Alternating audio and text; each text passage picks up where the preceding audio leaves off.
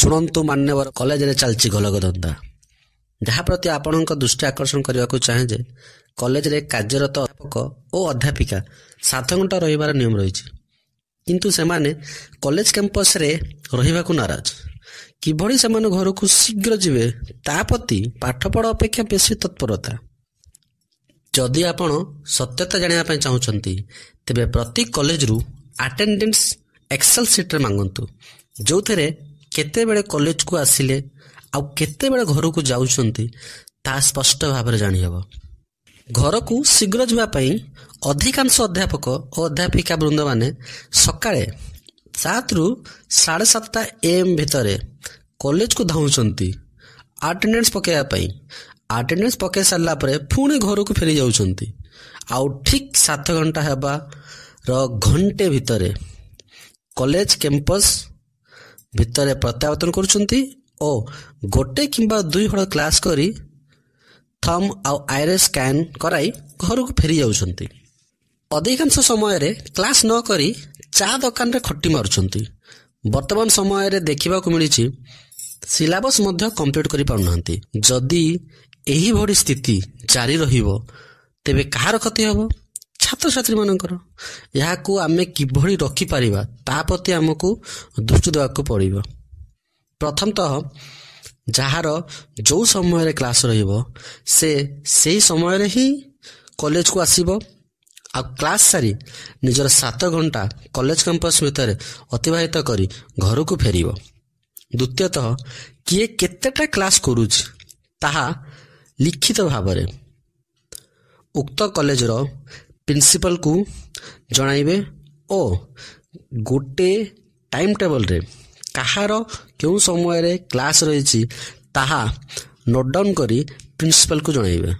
ଯଦି ଆମେ ସତରେ ପିଲାମାନଙ୍କର ଉନ୍ନତି ଚାହୁଁଛୁ, ତେବେ ପ୍ରତ୍ୟେକ କ୍ଲାସ୍ ପରେ କେତୋଟି ପିଲା ଉପସ୍ଥିତ ଥିଲେ ତାହା କଡ଼ାକଡ଼ି ଭାବେ ଦେଖିବେ ଉକ୍ତ କଲେଜର ଅଧ୍ୟକ୍ଷ। ଯେଭଳି ପିଲାମାନଙ୍କର ଆଟେଣ୍ଡାନ୍ସ ଚେକ୍ କରାଯିବ, ଠିକ୍ ସେହିଭଳି ପ୍ରତ୍ୟେକ ଅଧ୍ୟାପକ ବା ଅଧ୍ୟାପିକା ମାନଙ୍କର କ୍ଲାସ୍ରେ କେତୋଟି ପିଲା ଆସିଲେ, ଉଦାହରଣ ସ୍ୱରୂପ 500ରୁ ଯଦି 100 ପିଲା ଆସୁଛନ୍ତି, ତେବେ ଯେଉଁ ପିଲାମାନେ କ୍ଲାସ୍ କରୁନାହାନ୍ତି ସେମାନଙ୍କର ଗାର୍ଡିଆନକୁ ଡାକି ପ୍ରତି ମାସରେ ନିଶ୍ଚୟ ଗୋଟେ ପିଟି ମିଟିଂ କରାନ୍ତୁ। ପିଟି ମାନେ ତ ବୁଝିପାରୁଥିବେ, ପ୍ୟାରେଣ୍ଟସ୍ ଟିଚର ମିଟିଂ। ତଥାପି ପିଲାମାନେ କ୍ଲାସ୍ ନ କରିବେ ତେବେ କ'ଣ କରାଯିବ?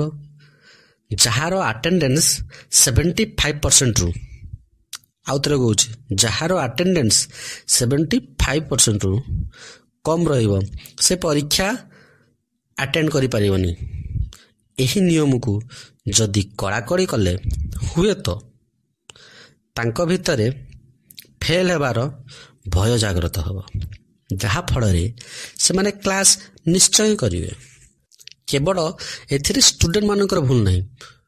ହୁଏତ ଯେଉଁ କ୍ଲାସ୍ରେ ସେମାନେ ବୁଝିପାରୁନାହାନ୍ତି ସେ କ୍ଲାସ୍ ଛାଡ଼ି ଅନ୍ୟ କ୍ଲାସ୍ କରୁଥିବେ। ଅଧିକାଂଶ ପିଲାମାନଙ୍କ ଠାରୁ ଆମେ ଶୁଣିବାକୁ ପାଇଛୁ ଯେ ସାର୍ କିମ୍ବା ମ୍ୟାଡ଼ାମ୍ ମାନେ ବହି ଦେଖି ଦେଖି କରି ଯାହା ବହିରେ ଲେଖା ହେଇଛି ଭଲ ଭାବରେ ନ ବୁଝାଇ କେବଳ ଗାଇ ଚାଲିଯାଆନ୍ତି। ଯଦି ଆମେ ପ୍ରତି କ୍ଲାସ୍ ପରେ ବା ପ୍ରତି ଘଣ୍ଟା ପରେ କିମ୍ବା 2 ଘଣ୍ଟାରେ 4 ଥର ଆଟେଣ୍ଡାନ୍ସ ମାରିବାକୁ ବାଧ୍ୟ କରିବା, ତେବେ ସାର୍ କିମ୍ବା ମ୍ୟାଡ଼ାମ୍ ମାନେ ଘରକୁ ନ ଯାଇ କଲେଜ କ୍ୟାମ୍ପସରେ ରହିବାକୁ ବାଧ୍ୟ ହେବେ, ଯାହାଫଳରେ କ୍ଲାସ୍ ମଧ୍ୟ ଟାଇମ୍ରେ ହେବ।